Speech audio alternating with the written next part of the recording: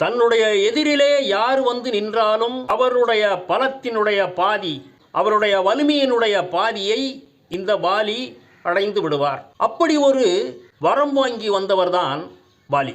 அதனால்தான் ராமன் வாலியை மறைந்து நின்று அம்பெய்தி கொன்றார். ஏன் நேருக்கு நேரா ராமன் வந்து சண்டை போடல? ராமனுடைய பாதி பலங்கள் வாலியை வந்து சேர்ந்துவிடும். அப்படி சேர்ந்து விடும் பொழுது ராமனால் வாலியை ஜெயிக்க முடியாது. சுக்ரீவன் ராமனிடம் போய் சொல்கிறான், என்னுடைய மனைவியை என் அண்ணன் வாலி கவர்ந்து சென்று விட்டான், அவனை என்னால் தோற்கடிக்க முடியாது.